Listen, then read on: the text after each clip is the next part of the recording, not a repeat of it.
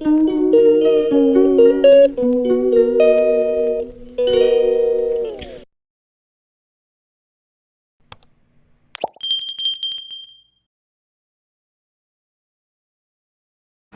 Morning বন্ধুরা, Momita kitchen and ব্লগে তোমাদের জানাই স্বাগত। বন্ধুরা, আশা করি তোমার সবাই ভালো আছো। তো আমিও খুব ভালো আছি।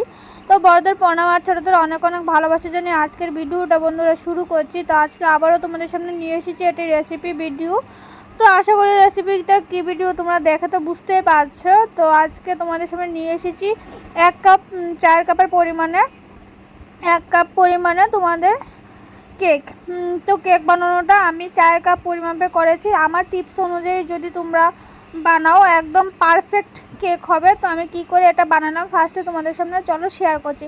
আমি একটা মিক্সারের মধ্যে চিনি, পরিমাণ মতো চিনি আর ডিমগুলিকে খুব ভালো করে মিক্সির মধ্যে 5 মিনিট ধরে খুব ভালো করে ফেটিয়ে নিয়েছি। তারপর আমি এখানে দিয়েছি 4 কাপের পরিমাণ 1 কাপ ময়দা, তারপর বেকিং পাউডার 1 চামচ, বেকিং সোডা 4 চামচের 1 চামচ, তারপর দিয়ে দিলাম ভ্যানিলা এসেন্স, তারপর দিয়ে দিলাম একটু সাদা তেল আর একটু দুধ। সাদা তেল 1/2 কাপ, যে কাপ দিয়ে ময়দা দিয়েছি তার 1/2 কাপ, আর দুধও 1/2 কাপ দিয়ে এটাকে খুব ভালো করে মিশিয়েছি। তো ব্যাটারটা কিন্তু তোমরা দেখো ব্যাটারটা কিন্তু তোমরা কিন্তু বুঝতে পারছো যে ব্যাটারটা আমি কীরকম রেখেছি। বেশি কিন্তু পাতলাও রাখিনি, আবার বেশি কিন্তু একটা ঘনও রাখিনি।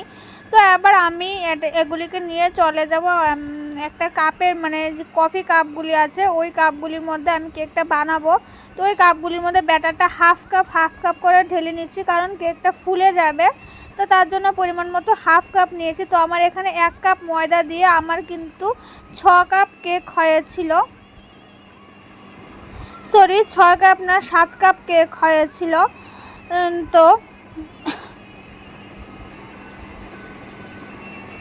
তারপরে আমি সবগুলির মধ্যে পরিমাণ নিয়েছি। তো তারপর সাজানোর জন্য কিছু জ্যামস চকলেট দিয়ে দিচ্ছি। আর চকলেটগুলো বন্ধুরা একটু পরে গলে গিয়েছিলো। অ্যাকচুয়ালি চকলেটগুলি যদি নামানোর নামানোর 2 থেকে 3 মিনিট আগে দিতাম তাহলে চকলেটগুলি হতো। চকলেটগুলি দিয়েছি ঠিক, কিন্তু প্রচণ্ড গরম তো তার জন্য চকলেটটা গলে গেছে, চকলেটটা আমার দেওয়া হয়নি।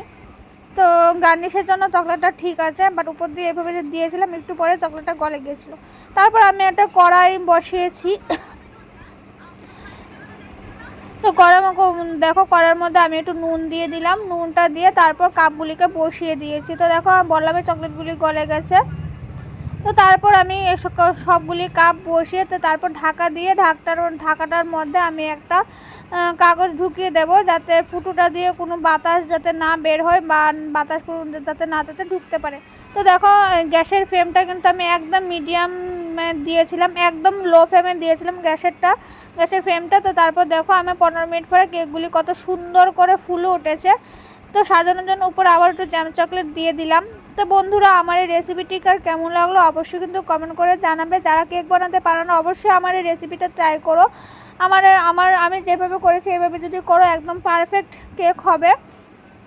তো বন্ধুরা, আজকের মতো ভিডিওটি আমি এখানে শেষ করে দেবো। আমার পরিবার যদি তোমরা নতুন সদস্য হয়তো অবশ্যই আমার চ্যানেলটিকে সাবস্ক্রাইব করে দেওয়া, সাবস্ক্রাইব করে অবশ্যই কিন্তু বেল আইকনে প্রেস করে দিও। তাহলে বন্ধুরা আমি ভিডিও দেওয়ার সাথে সাথে তোমাদের কাছে কিন্তু নোটিফিকেশান চলে যাবে। আর বন্ধুরা, ফেসবুক থেকে যদি ভিডিওটা দেখে থাকো অবশ্যই একটা লাইক অ্যান্ড শেয়ার করে দিও। তো বন্ধুরা, আজকের মতো ভিডিওটা আমি এখানে শেষ করে দিলাম। তো ফিরে আসবো নতুন একটা দিন নতুন একটা ভিডিও নিয়ে। তো সবাই ভালো থেকো বন্ধুরা, সুস্থ থেকো। আবারও তোমাদের সামনে দেখা হবে নতুন একটা ভিডিওর মধ্যে। তো আজকের মতো বন্ধুরা এখানে টাটা, সুস্থ থেকো, ভালো থেকো।